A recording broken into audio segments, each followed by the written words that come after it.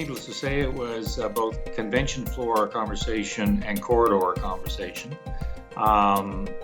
We have an imposed deadline by the Supreme Court. Parliament does need to rule on it. The government has actually taken what I would describe as a high-risk strategy by simply saying, well, there's the only people that actually have to vote for the legislation are the cabinet ministers. So that means for the rest of the Liberal caucus, and indeed for all the rest of the parties, the responsibility to pass this legislation is with Parliament itself. So the government has in fact devolved responsibility down to the floor of Parliament. The corollary, in my judgment, is that parliamentarians have to act responsibly, and that must mean not endless debate. Some people have spoken twice, possibly 3 times. Some people have been on their feet 50, 60 times, reiterating the same point over and over and over again. At some point, you have to stop talking. At some point, you have to make decisions. And so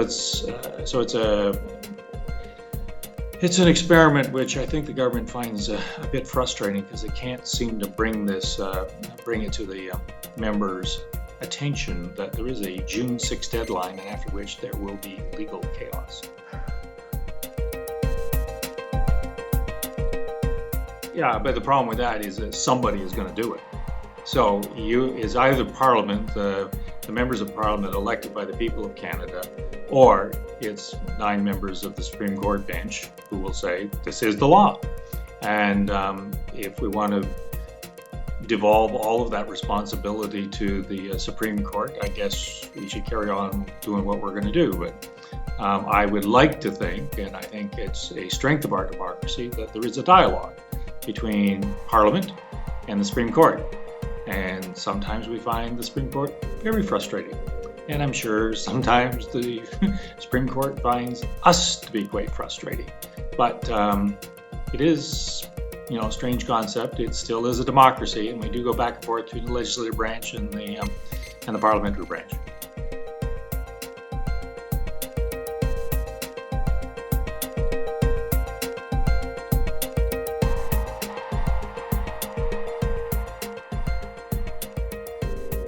Well, as you know, the legislation has been criticized for being too, quote-unquote, conservative. Strange concept for a Liberal government to have conservative legislation. Because the death needs to be reasonably foreseeable, and the consent needs to be full, free, and informed. If the consent cannot be full, free, and informed because of a mental condition, it does create a difficulty. I get it. On the other hand, I don't think we want to implement a death culture where people, where the consent is problematic at the best of times. And if the legislation was recrafted in some other manner where consent was problematic, we may have an enthusiasm for getting rid of people who we don't think have a meaningful life.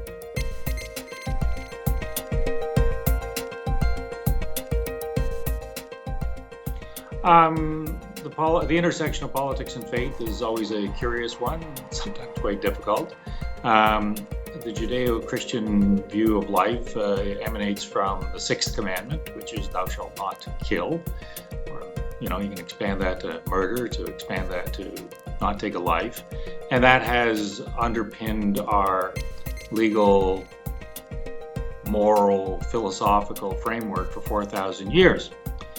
We seem to, as we move away from a Judeo-Christian culture, which we are doing with some rapidity in my judgment, we are substituting something else.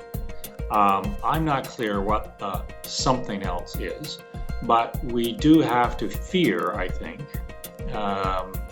creating a death culture where some lives are perceived to be more valuable than other lives. I think that is a slippery slope. and I think it is a slippery slope because it is a slippery slope. There will be enormous pressure to expand on this, and I don't know that we as a society actually know where it is we're going and where we're going to end up. Some countries seem to handle it reasonably well, and other countries don't. So I think, as a person of faith in a culture such as that, your obligation is to be faithful, to speak truth to power, to call it as you see it from a faith perspective. And I keep reminding the folks that keep coming into this office and saying they're very concerned about this legislation or that legislation from a faith standpoint. My argument is, well, be faithful. You're not called to win. You're called to be faithful.